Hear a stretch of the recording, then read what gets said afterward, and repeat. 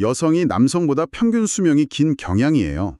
뭐 여러 사회적 생물학적 요인이 있겠지만 활성산소 이론 관점에서는 여성이 남성보다 일반적으로 기초대사량이 좀 낮고 또 1회 호흡량, 여성 약 450cc vs 남성 약 650cc 이나 혈액 내 산소 운반 담당하는 적혈구 수, 여성 약 400만 개 vs 남성 약 500만 개 단위 용적가 적어서 평생 사용하는 총 산소량이 적을 수 있다는 점에 주목합니다. 아, 산소 사용량 자체가 적다. 네, 산소 사용량이 적으니 그만큼 활성산소 발생량도 상대적으로 적을 수 있다. 이런 추론이 가능한 거죠. 산소랑 관련된 또 다른 예로 산소 농도가 낮은 고산지대에 장수촌이 많다는 사실도 이 이론이랑 관련지어 생각해 볼 수 있겠네요. 산소가 적으니 활성산소도 덜 만들어질 수 있다는 논리. 그런데 가장 좀 역설적으로 들리는 건 운동에 대한 이야기예요. 안녕하세요. 오늘 저희와 함께 아주 근본적인 질문이죠. 우리는 왜 늙을까? 그리고 우리의 수명은 무엇이 결정하는 걸까? 이 질문에 대한 탐구를 시작해 보겠습니다. 네, 안녕하세요. 특히 생명활동의 부산물이라고 하는 활성산소. 이게 노화랑 도대체 어떤 관계가 있는지 이왕재 박사님의 저서 비타민 C와 노화 억제 연구 내용을 중심으로 한번 깊이 파헤쳐 보려고 합니다. 네, 오늘 이 자료를 통해서요. 노화의 기본적인 과정, 그리고 수명을 늘려온 어떤 역사적 배경 같은 것들, 또 노화를 설명하는 여러 가설들이 있거든요. 그중에서도 특히 그 활성산소 이론의 핵심을 이해하는 게 오늘 저희 목표입니다. 네, 중요하죠. 물론 책 제목에서도 알 수 있듯이 비타민 C와의 연관성도 마지막에 한번 짚어볼 거고요. 자, 그럼 시작해 볼까요? 좋습니다. 먼저 짚고 넘어가야 할 개념이 있더라고요. 우리가 영원히 살 것처럼 생각할 때도 있지만 사실은 태어나는 그 순간부터 노화는 시작되는 거고 결국 죽음을 향해 가는 거잖아요. 이게 생명체의 숙명인데 근데 이 수명이라는 걸 자료에서 두 가지로 나눠서 설명을 해요. 병적 수명이랑 자연적 수명. 아, 그렇죠. 그 병적 수명이라는 건 질병이나 사고처럼 외부 요인 때문에 제명을 다 못 누리는 경우, 이걸 말하는 거고요. 자연적 수명은 그런 특별한 일 없이 그냥 생물학적 한계에 다다라서 맞이하는 죽음, 이런 개념이죠. 인류 역사를 이렇게 쭉 보면요. 사실 오랫동안 우리는 이 병적 수명을 늘리는 데 집중해 왔어요. 그러니까 일찍 죽지 않도록 하는 거군요. 네, 그렇죠.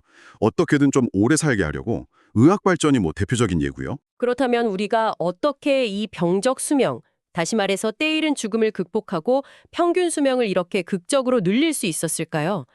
자료에서 뽑아낸 첫 번째 핵심 요인이 바로 깨끗한 물이더라고요. 네, 물 정말 중요하죠. 상수도가 보급되면서 균 없는 물을 마시게 됐잖아요. 그러면서 과거에 영유아 사망의 가장 큰 원인이었던 수인성 질병, 특히 설사병 같은 게 급격히 줄었다는 거죠.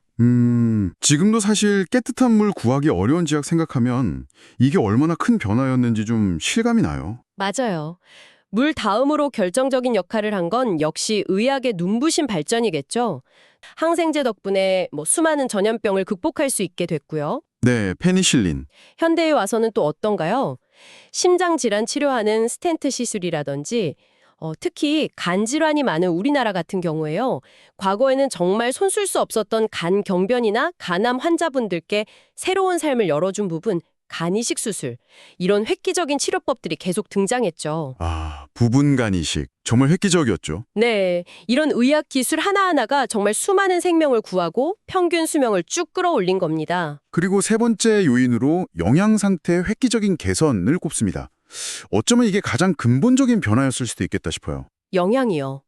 그렇죠. 네. 특히 자료에서는 한국의 예를 들면서 과거에 부족했던 동물성 단백질 섭취량이 확 늘어난 점을 주목하더라고요. 2015년 기준으로 1인당 연간 44kg이면 와, 이게 거의 매일 100g 이상 먹었다는 거잖아요. 와, 정말 많이 늘었네요. 네. 이 덕분에 국민들 체격 자체가 월등히 좋아졌고요. 물론 이 자료에서도 대장암 발병률 증가 같은 어두운 면도 지적하긴 해요.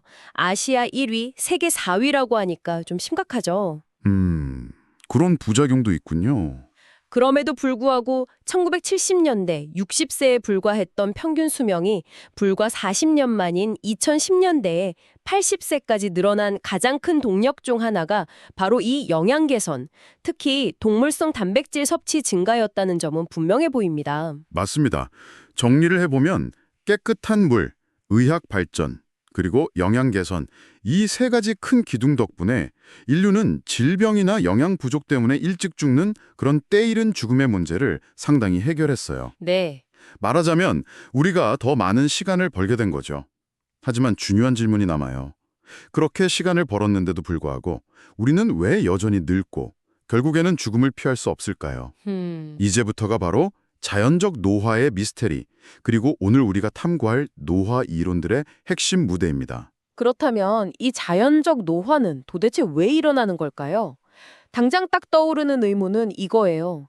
왜 생쥐는 고작 3년을 사는데 거북이는 수백 년을 살고 하루살이는 이름 그대로 하루만 살다 갈까? 하하, 그렇죠. 그 차이가 엄청나죠? 이렇게 종마다 수명이 극단적으로 다른 걸 보면 뭔가 유전자에 답이 있을 것 같다는 생각이 들잖아요. 자료에서도 이 점을 지적하면서 프로그램설, 그러니까 노화 유전자설을 소개합니다.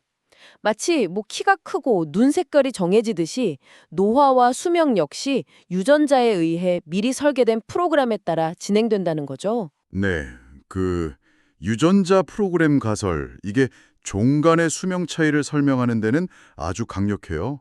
발생, 성장, 분화 같은 게 다 유전자 지위 아래 정교하게 이루어지듯이 노화도 그럴 수 있다는 거죠.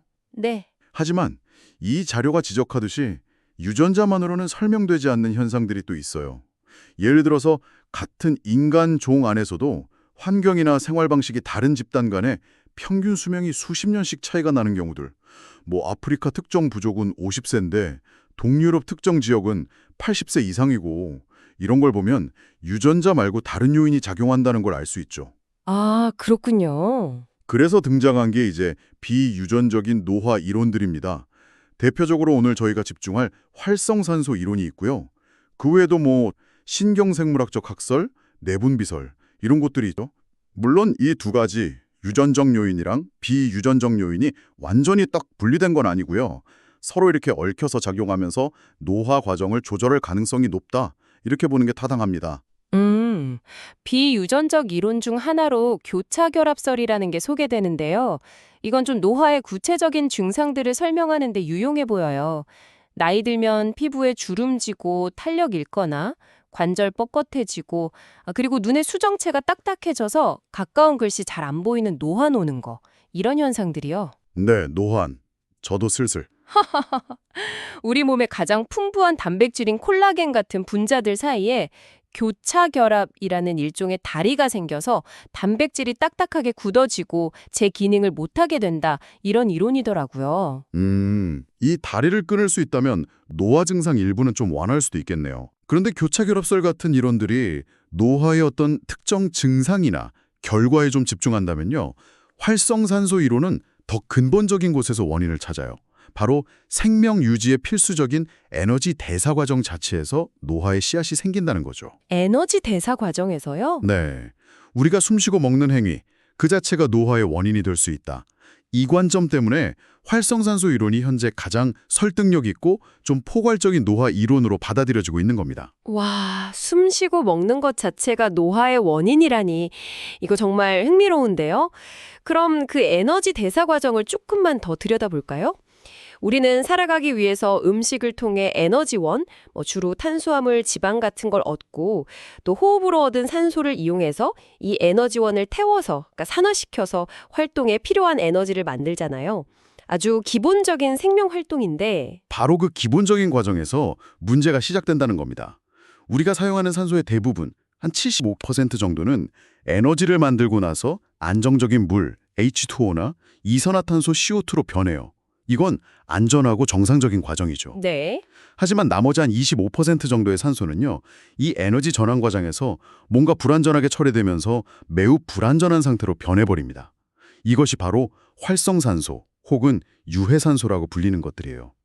이게 마치 통제되지 않는 불꽃처럼 반응성이 엄청 커서 주변의 세포나 DNA 같은 중요한 분자들을 그냥 마구 공격하고 손상, 즉 산화시키는 거죠. 아, 그러니까 에너지 공장을 돌리는 과정에서 어쩔 수 없이 발생하는 좀 해로운 매연 같은 거군요. 그렇죠. 비유하자면 그렇습니다. 그런데 우리 몸이 그렇게 속수무책으로 당하고만 있지는 않겠죠. 자료에 따르면 다행히 우리 몸에는 이 활성산소라는 불꽃을 제어하는 자체 방어 시스템이 있어서 발생하는 활성산소의 상당 부분을 효과적으로 제거하거나 중화시킨다고 해요. 대략 20% 정도? 맞습니다. 우리 몸의 항산화 시스템이 대부분의 활성산소를 처리해주죠. 하지만 여기서 중요한 점은 100% 완벽하게 제거하지는 못한다는 거예요. 발생하는 25% 중에 20%는 처리해도 나머지 약 5%는 이 방어망을 뚫고 나가서 끊임없이 우리 세포를 공격합니다. 아, 5%가 남는군요. 네. 아주 적은 양 같지만 이게 수십 년간 계속 누적되면 세포 기능이 떨어지고 조직이 손상되면서 서서히 늙어가고 결국 암이나 다른 퇴행성 질환의 원인이 될 수 있다는 것이 이 이론의 핵심입니다. 만약에 이 자체 방어 시스템이 아예 없다면 인간의 수명은 30년도 채 안 될 거라는 그런 추정도 있을 정도예요. 와, 30년이요? 엄청나네요.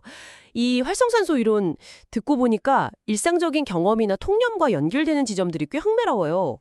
예를 들어서 예로부터 소식하면 장수한다 이런 말 있잖아요. 네네, 있죠. 이게 이 이론으로 설명이 가능해 보여요. 쥐 실험에서도 먹이는 적게 준 쥐가 더 오래 살았다는 결과가 이걸 뒷받침하는데 섭취하는 음식, 즉 에너지원의 양이 줄면 에너지 대사량 자체가 줄고 그 결과 활성산소 발생량도 줄어들기 때문이다. 이거죠. 정확히 그렇습니다. 또 다른 흥미로운 연결고리는 여성이 남성보다 평균 수명이 긴 경향이에요. 뭐 여러 사회적 생물학적 요인이 있겠지만 활성산소 이론 관점에서는 여성이 남성보다 일반적으로 기초대사량이 좀 낮고 또 1회 호흡량, 여성 약 450cc vs 남성 약 650cc, 이나 혈액 내 산소 운반 담당하는 적혈구 수, 여성 약 400만 개 vs 남성 약 500만 개 단위 용적가 적어서 평생 사용하는 총 산소량이 적을 수 있다는 점에 주목합니다. 아, 산소 사용량 자체가 적다. 네, 산소 사용량이 적으니 그만큼 활성산소 발생량도 상대적으로 적을 수 있다. 이런 추론이 가능한 거죠. 참고로 백혈구 수는 남녀 차이가 없다고 하고요. 그렇군요. 산소랑 관련된 또 다른 예로 산소 농도가 낮은 고산지대에 장수촌이 많다는 사실도 이 이론이랑 관련지어 생각해 볼 수 있겠네요. 네, 그것도 일리가 있죠. 산소가 적으니 활성산소도 덜 만들어질 수 있다는 논리. 그런데 가장 좀 역설적으로 들리는 건 운동에 대한 이야기예요. 아, 운동이요? 네, 건강의 상징처럼 여겨지는 운동. 특히 마라톤처럼 극도로 많은 산소를 소모하는 격렬한 운동은 오히려 활성산소 발생을 폭발적으로 증가시켜서 노화를 촉진하고 수명을 단축시킬 수도 있다는 가능성. 헉, 운동이 오히려 안 좋을 수도 있다고요? 네, 좀 충격적이죠.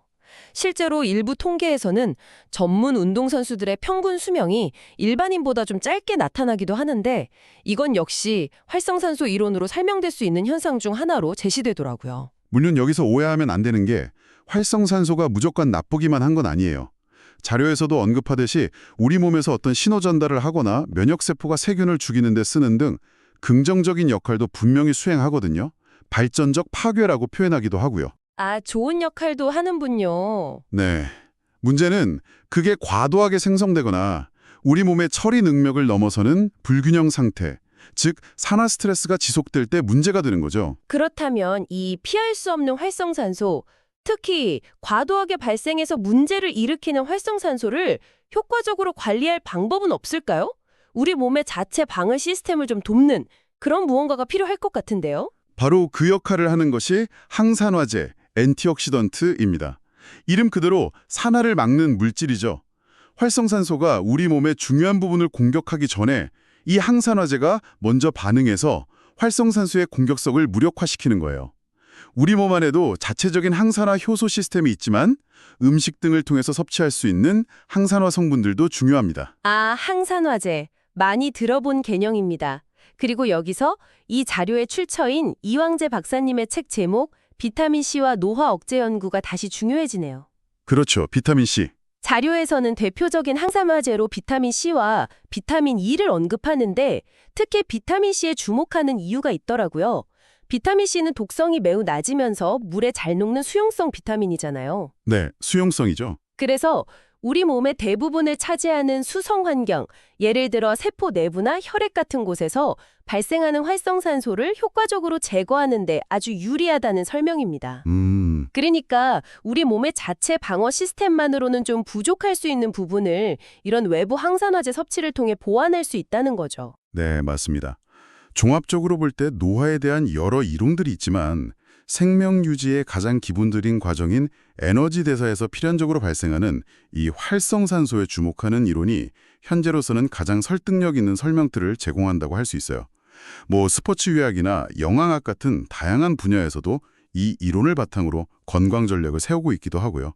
자, 오늘 우리는 노화라는 아주 거대한 질문에서 시작해서 인류가 어떻게 병적인 수명의 한계를 극복해 왔는지 그 요인들, 깨끗한 물, 의학, 영양 개선을 살펴봤고요.